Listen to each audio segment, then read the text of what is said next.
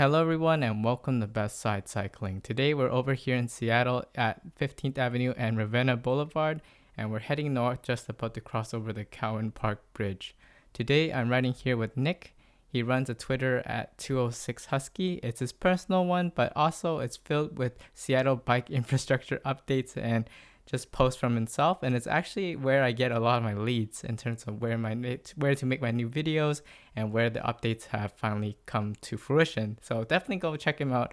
And yeah, today we're here riding on the new 15th Avenue bike lanes that comes from all the way about here to 80th Street, so about 1.5 miles in the south to north corridor, and features these new protected bike lanes and parking and general design.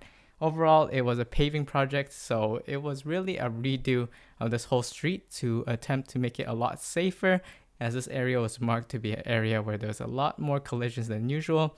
And now with it being sort of along the side of a high school and next to the new light rail, I'm sure it was a prioritized arterial for the city to get right.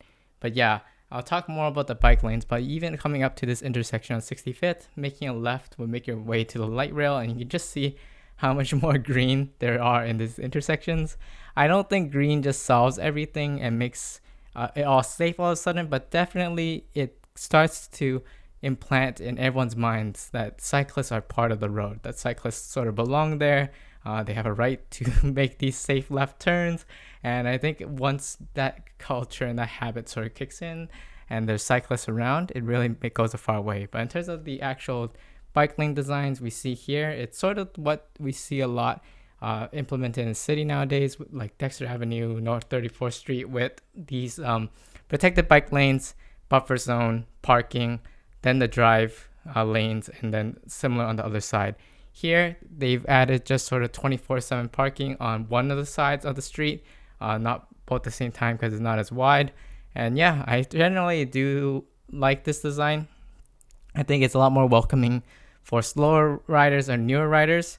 I do think that, of course, I call this out every time, but when you do go, especially go in the downhill direction and you do reach a certain speed, there are definitely hazards that if they come out, you might have less of an escape route, which could be a little dangerous, and that's when you might want to consider taking on the road.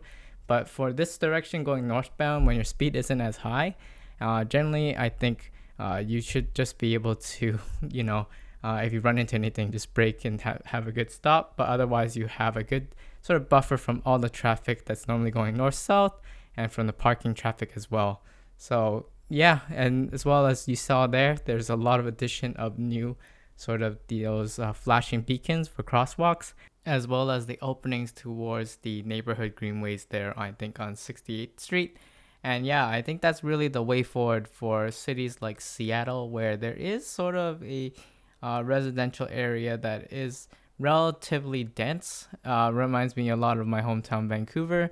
The greenways are really fantastic ways that cycling can work in this type of city where we're not going to use the highways, and it's not really feasible to just build trails everywhere, but just making use of those residential roads that we already have and then building these safe crossings really will go a far way to enable cycling as just an overall safe commuting option for everyone.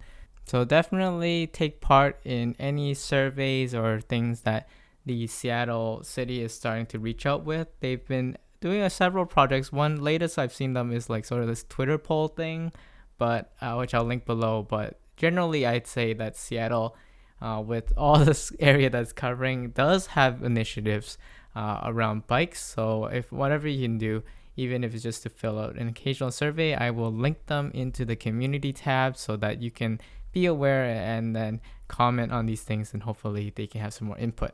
But anyway, if you enjoyed this video, please roll over that like button and subscribe.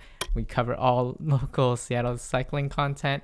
I do have some exciting series of videos that I want to make, as I've finally done all my long rides of the summer with Ramrod, STP, and Everesting done.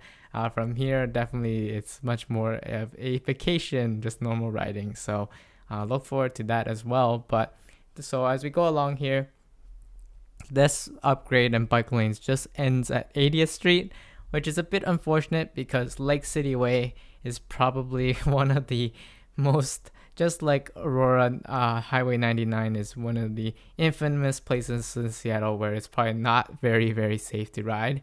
And that's unfortunately just where we end about here.